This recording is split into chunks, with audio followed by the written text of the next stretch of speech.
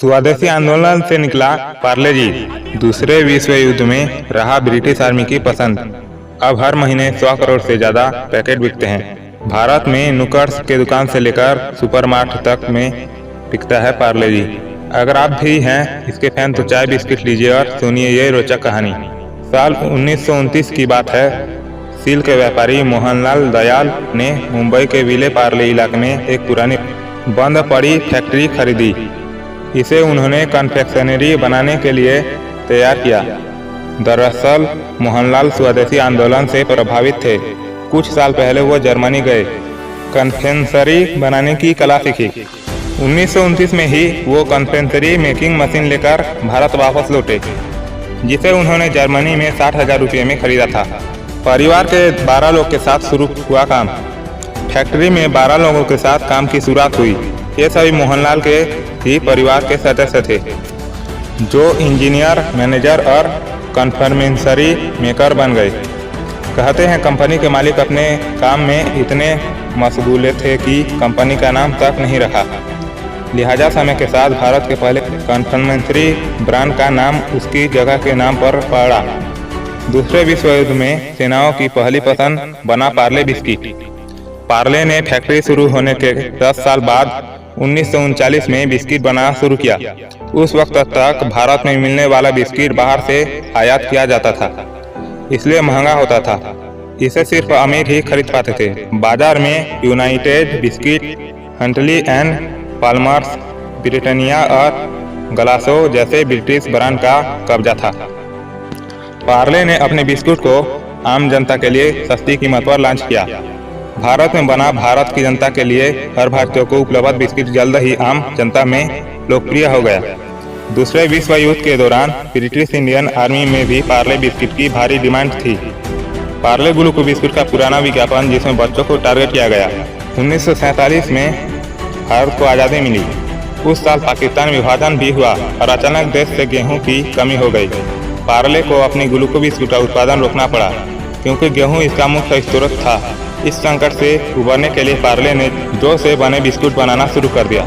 एक विज्ञापन में कंपनी ने स्वतंत्रता सेनानियों को नमन करते हुए अपने कंज्यूमर से अपील की, जब तक गेहूं की सप्लाई नॉर्मल नहीं हो जाती तब तक जौ के बने बिस्कुट का इस्तेमाल करें। सेल्स प्रभावित हुई तो ब्रांडिंग पर किया फोकस।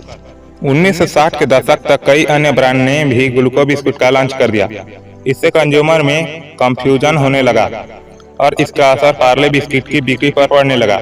कंपनी ने इसका पैकेजिंग बनाने का फैसला किया और पार्ले एक पीले वैक्सी पेपर में लपेटकर आने लगा। इसके ऊपर लाल रंग के पार्ले ब्रांडिंग के साथ एक छोटी लड़की का तस्वीर होती थी। इस लड़की का इलेक्ट्रिशियन एवरेन ब्रांड सॉल्यूशन के मगललाल दयाल ने तैयार किया था। नई ब्रांडिंग ने बच्चों और उनकी माताओं को भले आकर्षित किया, लेकिन अन्य ग्लूको बिस्किट से पार्ले कैसे अलग दिखे, ये समस्या जस की तस थी। सन 1982 में पार्ले ग्लूको को पार्ले जी के नाम पर पैकेज किया गया। इसमें जी का मतलब था ग्लूको पैकिंग को भी वैक्सी पेपर से बदलकर कम कीमत वाले प्रिंट प्लास्टिक कवर में रख दिया गया। कंपनी के इस कदम ने ही पार्ले को अन्य नकली कंपनियों से अलग खड़ा कर दिया। पार्ले जी के यादगार विज्ञापनों का सिलसिला। ब्रांडिंग और रीपैकेजिंग के बाद पार्ले जी ने एक नया टीवी विज्ञापन बनाया।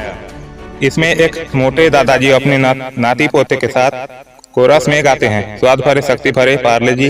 1998 में पार्ले जी को शक्तिमान के रूप में ब्रांड एंडोर्सर मिला, जो टीवी की दुनिया का देसी सुपर हीरो था।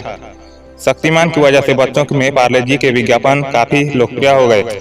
इसके बाद जी माने जीनियस, हिंदुस की ताकत रोको, मत टोको मत जैसी टैगलाइन ने पार्ले जी को हमेशा चर्चा में बनाए रखा।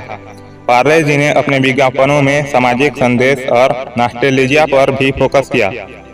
जैसे 2013 में एक एड कैंपेन में पार्ले जी ने पेरेंट्स को अपने बच्चों को छूट देने की बात कही।